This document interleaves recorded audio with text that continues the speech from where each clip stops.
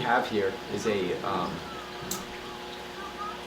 Fluval aquarium, and it's a saltwater aquarium with 7.5 pounds of live rock, and the aquarium itself is only 5 gallons.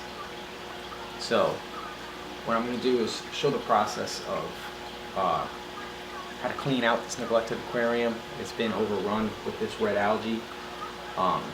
There's no coral in it, which is going to cause the whole process to be a whole lot easier, as you'll see. Kind of what tools you should use and how to keep the fish safe.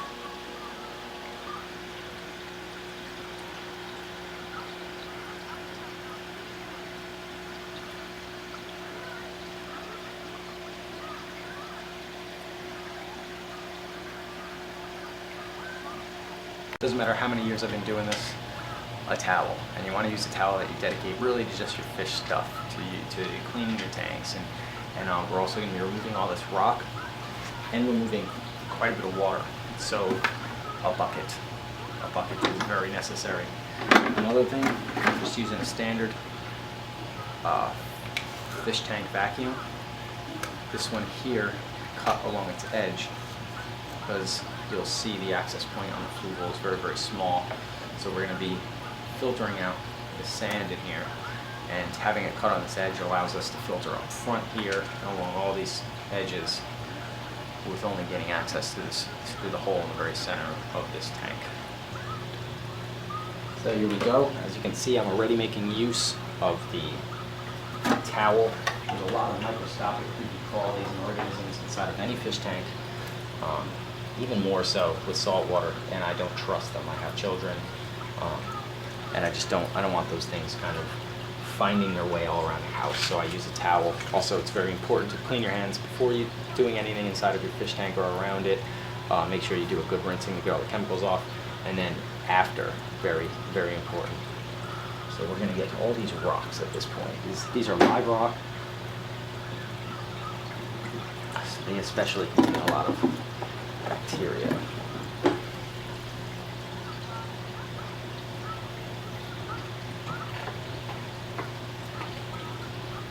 Yeah, clownfish is biting me. The clownfish is actually attacking me. That is very interesting.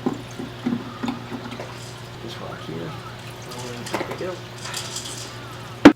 Another tool that you might find very useful is any kind of scrubbing brush, especially when the rocks have been neglected to the point that these particular rocks have been.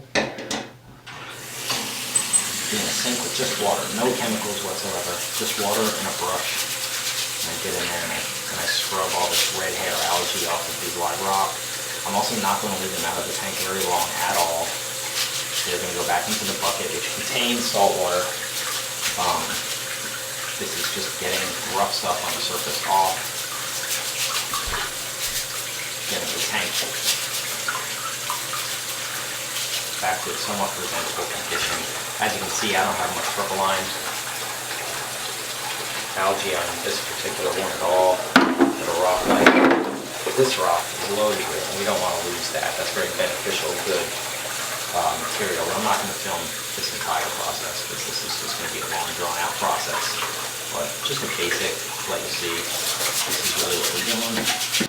Another tool that I use, this is just a strainer I got from the supermarket, and this is going to go in and kind of sift our sand and get these large cultures of this red hair algae out. This stuff is very pervasive once it's in your tank, so you want to get as much of it out. And a lot of it I'm not even really going to attempt to clean. I'm just going to completely dispose of it.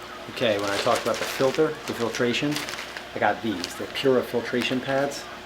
These things are the absolute best that money can buy. I don't put normal filters in any of my tanks. Gets rid of solids, organics, ammonia, phosphate, medications, lead, copper, silicates. These absolutely work amazing. Every one of my filters on all my tanks, I actually cut the shape out of this stuff right here, and I put it in. I no longer buy it, and it's actually cheap. Like this large pad here is $10, and way cleaner, way more total filtration than anything else I've ever used, and way more than that generic sponge that comes in them. But this is what I'm going to cut and place into the filter here for this tank while I'm waiting for the kind of dust to settle from cleaning the sand. Okay, so the tank, I vacuumed it out, filters unplugged, everything like that. I replaced the pads in here. Now I'm going to fill it with the neutral water. And it's going to take a little while to settle, especially after filling it. But after I fill it, I scrubbed off all the rocks. It's going to be a little while, but I will come back to it and then to kind of clean it up a bit. I also position a large flat rock at this point in the tank. You see where I just fill it. And, it really cuts back on the mess by doing this.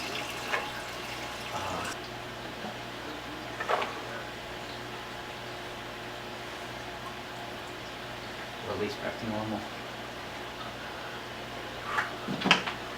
That's a big old heavy jug of water.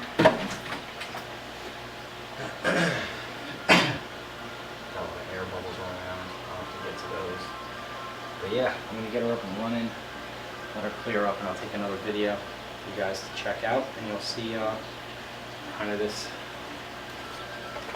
tank rescue here.